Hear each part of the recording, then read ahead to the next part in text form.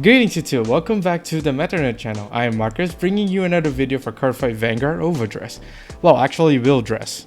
I should probably change that anytime soon. In this video, as you guys have been requesting after I tweet out my sample deck list for Youthberk, this video will be that video explaining the thought process as well as some of the combos that you can make while playing Youthberk. Now, as always, playstyle preference differ from person to person, so this is not the only way to play Youthberk. You can always put in stuff that you actually prefer. You can put in the TD version of Protofall.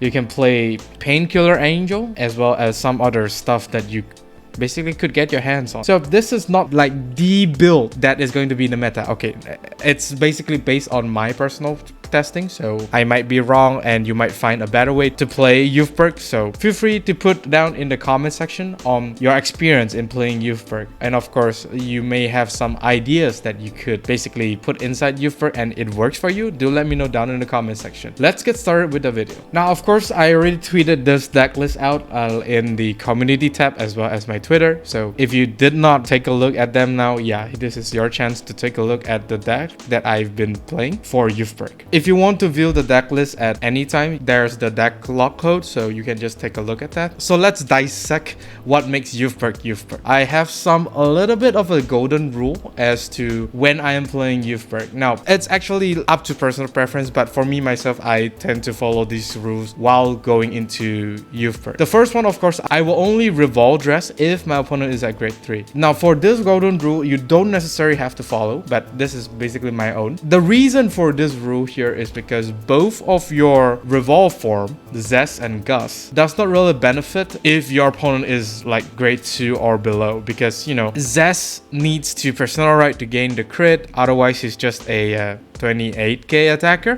Gus needs the opponent to be at grade 3, only then you're able to pay the cost to give it a drive. So it's not really that benefit for you to RevolDress on top of your RevolForms if your opponent is at grade 2 or less. I mean, if you are going first, it's actually much better for you to start RevolDressing on the 4th turn, because the 3rd turn you don't really get a lot of benefit for you RevolDressing on the 3rd turn. The only exception to this rule is when your opponent is at 5 by the time you finish attacking with Skyfall or Protofall, you can just go ahead and RevolDress. I mean, since your opponent is at 5 damage, you might as well just RevolForm and just force out more hand from your opponent, which is very, very nice. And of course, the third one is I favor Gus more than Zest. The reason here is that the +1 drive is actually much more dangerous, at least in my experience going into the Youthberk deck. I hardly ever RevolForm into Zest because, you know, Zest most of the time I just like throw him away to right from the right deck, although I maybe should be RevolDressing into Zest. But then again, I've been getting like really good results for Zest. He is just really good. And of course, the combo potential with the other cards in this deck is actually really nice as well. So these are the golden rule that I follow while playing Youthberk. You can choose not to follow. It's a game. You can play however you like, but these are the rules that I play basically while going into Youthberk. For the Rideline, the Rideline is basically like very self-explanatory. It's the whole Youthberk Rideline. It basically helps you filter your deck for Youthberk, either your personal ride, your RevolForm, or if you don't get any of those Youthberk from the top 3 or 5, you can get a attacker as well as a booster, which is not too bad if you ask me, because most of your attacker, in particularly that one grade 2, lets you filter your deck even more, because, you know, when he plays Counterblast, want to check top 5 for a Youthberk. So you don't necessarily minus a lot from the whole Rideline, although it's basically 1-for-1 trade, but still, it's actually a very steady build of your board proceeding to the late game, which is super nice. As for the discard fodder, you're able to discard either your RevolForm or Menacing Tiger. In the early game, Menacing Tiger can be discarded because, you know, he does not really like gain a lot of value, keeping him in hand until the turn 4. Like, if you don't have any other stuff to discard to ride from the right deck, I guess Menacing Tiger is a much better alternative because, you know, he calls himself back for a counterblast, and don't worry, your counterblast is super sufficient. You do have access to countercharge, which is super nice. However, for the grade 3, as you can see, I am running Skyfall. You can opt to run Protofall as the grade 3 for the Rideline if you choose to do so, but I do prefer Skyfall here is because he's able to help you set up the board. As opposed to Protofall, you don't really get to build a board, and he's just basically a grade 3 vanilla when you ride into him. So I actually appreciate the board setup for Skyfall very much as opposed to Protofall. I mean, if you do want to run Protofall as the grade 3 for your ride deck, it basically means that you will have an extra turn of personal riding if you do get into that. But I don't think the game will last that long, if you know, even if you get what I mean. I don't think you will personal ride that much in a game. I don't think so.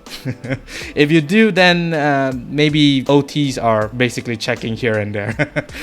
Anyways, that's for the Rideline. That's really nothing much to say. It's pretty much self-explanatory. For the triggers, of course, we are running the standard 8 crit, 3 draw, 1 over trigger, and 4 heals. The crit pressure is, I think it's the most effective one because of Decisive Axe Dragon, which is the grade 3 main attacker for Youthberk. This card is actually really disgusting and basically force your opponent to leave all the grade 0s to this unit. And of course the Blitz Order. You can run front to make your side even bigger, but if you do want to run front, it means that your Vanguard attacks are not going to be that pressuring. If you do like run a heavy crit, I mean the maximum amount of crit that we can run is basically 8. It actually puts a lot of pressure on your opponent. And even if the opponent's guard, you can just like give whatever trigger to Decisive Axe. The draw trigger here I think is really mandatory to run because as mentioned before, most of Youthberk skill are basically 1-for-1 trade. You basically call 1 to get back something and then discard 1 to get back 1 card. So if you don't run the draw, your hand size is gonna be significantly low and you won't be able to get your combo pieces as effective. And of course no effect heal triggers for now because you know not every ride deck out there is gonna trigger the heal trigger effect. But hey, if you do want to run the heal trigger, might I suggest 2, 1, and 1. 1 critical heal trigger and 1 restanding heal triggers, if that makes sense. And of course the Keter over trigger is really busted. And if you do drive check into the Keter over trigger, yeah, Decisive Axe just got significantly dangerous. The whole Youthberk deck actually filters a lot, so don't be surprised that Youthberk will be getting like triggers left and right. Moving on to grade 1, of course, PG, you should basically run 4 of these. If you don't, then something is wrong with you. But yeah, there's actually an alternative PG that you can run, which is Elementaria Sanctitude. Since you are not running any grade 4s in this deck, you're able to run this as 1 copy. Since you will just be replacing your 4th PG anyway, so yeah, this card is actually not bad. But hey, if you don't have access to this, like myself, feel free to run 4 PGs. It does not really make much of a difference except for a few matchups and of course the grade 4s deck. But yeah, it's actually super decent. Next, of course, Menacing Tiger at 3 copies. The main role for Menacing Tiger is of course your cost recycler, your combo pieces, as well as your power booster, and of course discard fodder. He's your main target to be discarded by Gus, as well as any riding from the right deck, because he is able to recall himself back. And of course, if you are revolve dressing, you basically just pay 1 soul blast to give your Vanguard a 5k power. Although it's a small power boost, it actually makes a very big difference because the amount of power that Gus or Zest can get is actually super high. And keep in mind here is that although this unit costs like 1 counter blast and 1 soul blast, but from my testing, as the game progresses to the late game, you will have abundance of soul as well as counter blast because of the other angel card that basically gives you counter charge, as well as you keep rewriting into your RevolForms, which you will get 1 soul every time you revolve dress. So it's actually very self-sufficient engine to be seen here. In the early game, he helps you build up your board so that you can kind of pressure your opponent a little bit. And since you are discarding anyway, why not just convert that discard to a superior call from the drop zone, which is super nice. I may consider running this card at 4 copy, but I don't think this card needs to be at 4 copy if you ask me.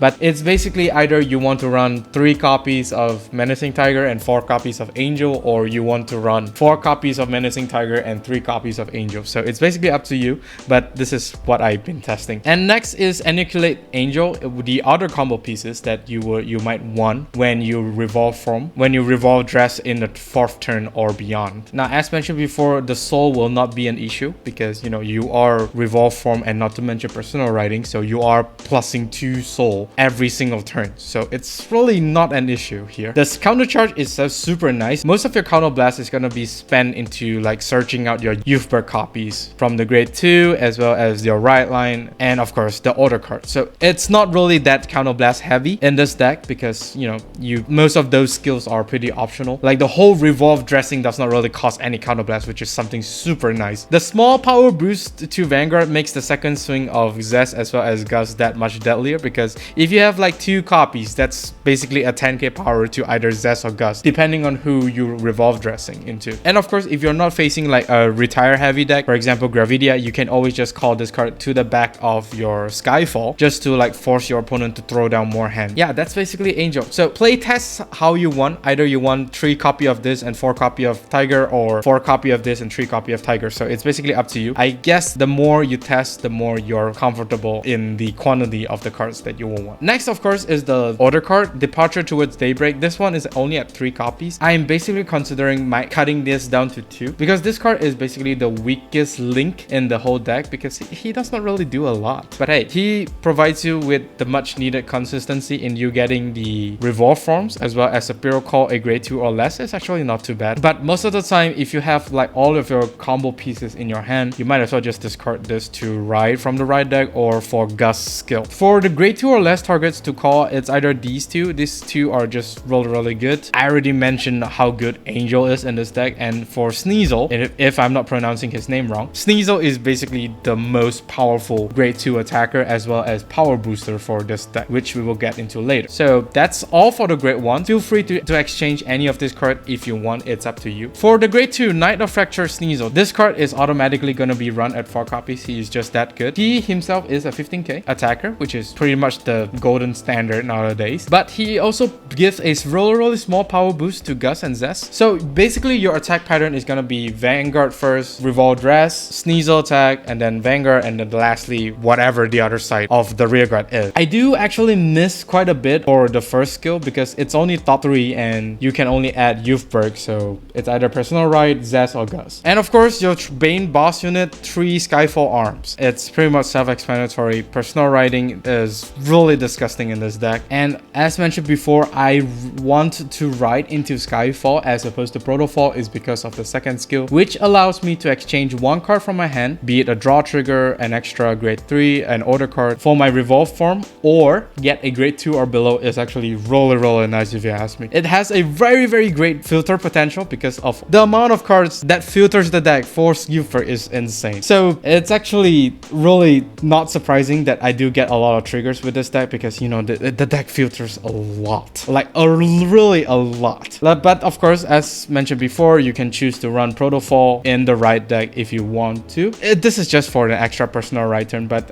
in my experience, the game rarely lasts that long. So basically what my thought process here is I prioritize setting up my board than personal right, if that makes sense. I only run 6 RevolForm, as you see from the deck profile, to only 2 Zest and 4 Gust. As my golden rule states, I do favor Gust more than Zest, although of course you can RevolForm into Zest, provided your opponent is at grade 2, means that he is forced to guard Zest. But even so, the same can be said to Gust. If you ride into Gust, you gain the drive. So if your opponent is at 4 damage, I don't think he will no guard Zest because there's still a possibility of you getting a critical trigger, which is why +1 drive is actually much more dangerous than simply hard placing the critical on itself. And what's more, you need to personal ride, which is something you have to wait until turn 4, but it's actually very easy to personal ride because of the amount of that you do in this deck. Plus, you have the whole combo of discarding Menacing Tiger with Zest skill and then call back the Tiger to give Zest the power. Yeah,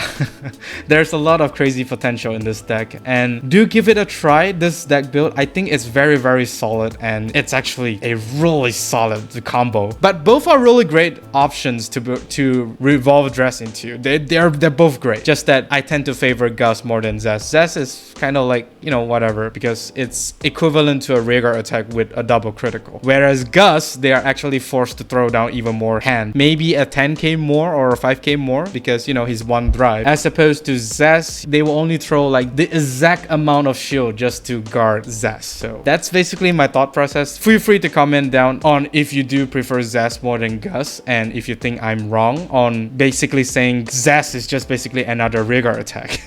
You could consider cut one of the order card for one more RevolForm. If you do find yourself like running out of RevolForm very quickly, you can do that, but I think 6 is quite enough already. And also don't forget, you do have Decisive Axe Dragon, which is something people has been sleeping on, I think. I recommend spamming all of your trigger checks to Decisive Axe Dragon, because your trigger power is not gonna carry forward when you RevolDress anyway, so you might as well just give your power to Decisive Axe Dragon, which is this card. Decisive Axe Dragon here is basically your main attacker, as well as a discard fodder, because he literally does nothing for the first 3 turns of your deck. Of course, if you do decide to RevolForm in the 3rd turn, then yeah, he's actually not too bad. People have been sleeping on this card. The more power you give Decisive Axe, the more hand size the opponent is gonna throw down to just to guard him if the opponent is at a dangerously high damage already. The only thing that basically can guard him is either triggers or blitz order after you RevolForm, that is. So yeah, this card is actually really disgusting. Although I understand the whole Youthberk is basically focused on the Vanguard attack, but your rearguard could be as equally dangerous if you ask me, especially this card. You don't necessarily have to focus on the Vanguard, although the whole mechanic is revolved around the Vanguard, hence the name RevolForm or RevolDress. But yeah, this card is actually super disgusting. And that is all for this video. Do let me know down in the comment section on what do you think of this Youthberk video, and is there any better options out there that I could run in this deck to make it even more powerful or more consistent? Do let me know down in the comment section. Do like and subscribe if you like this video, and of course do ring the bell notification icon so that you don't miss a video I upload. With that being said, I'll see you all on a few.